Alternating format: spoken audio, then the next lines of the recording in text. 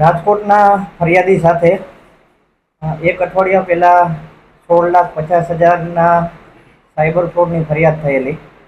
Share બજારમાં મોટો નફો કમાવાની લાલચ આપીને ફિનવોલ્ટ નામની ખોટી એપ્લિકેશન ડાઉનલોડ કરાવીને તેમની સાથે અલગ અલગ બેંક એકાઉન્ટમાં રોકાણ કરાવવામાં આવેલું હતું, જેમાં બે બેંક એકાઉન્ટ ગોંડલના પરેશ ગોવિંદભાઈ મકવાણા અને મોનેટ મહેશદાસ દુધરેજિયા ની ધરપકડ કરવામાં આવેલી છે. બંને ઈસમોએ પોતાના બેંક એકાઉન્ટમાં સાયબર ફ્રોડના નાણાં મેળવી પોતાનું કમિશન રાખીને સાયબર ફ્રોડ આચરવામાં મદદગારી કરેલી છે. આ બંને આરોપીઓની તપાસ દરમિયાન જાણવા મળ્યું છે કે એક આરોપી વિરુદ્ધ ભારતમાં અલગ અલગ 17 જગ્યાએથી અને બીજા આરોપી વિરુદ્ધ ભારતમાં અલગ અલગ 3 જગ્યાએથી કમ્પ્લેન નોંધાયેલી છે.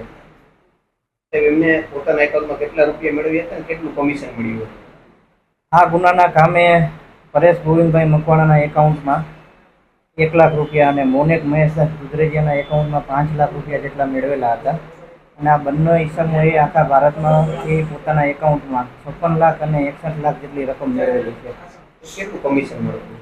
આ બંને વ્યક્તિને પોતાના એકાઉન્ટમાં 10,000 જેટલું કમિશન મળેલું છે. એક ટ્રાન્ઝેક્શનમાં બંનેને પોતાનું બેંક એકાઉન્ટ ભાડે આપવા માટે 10,000નું કમિશન મળેલું છે. સર, બંને આરોપીઓની પૂછપરછમાં અન્ય કોઈ આરોપીનું નામ નીકળ્યું છે કે કેમ, અને હાલનું કોઈ બેંક એકાઉન્ટ ખોલાવ્યા બાદ તેમનું જે બેંક એકાઉન્ટ છે તેમની ફીટ આપી દીધી હતી કે કઈ રીતે શું?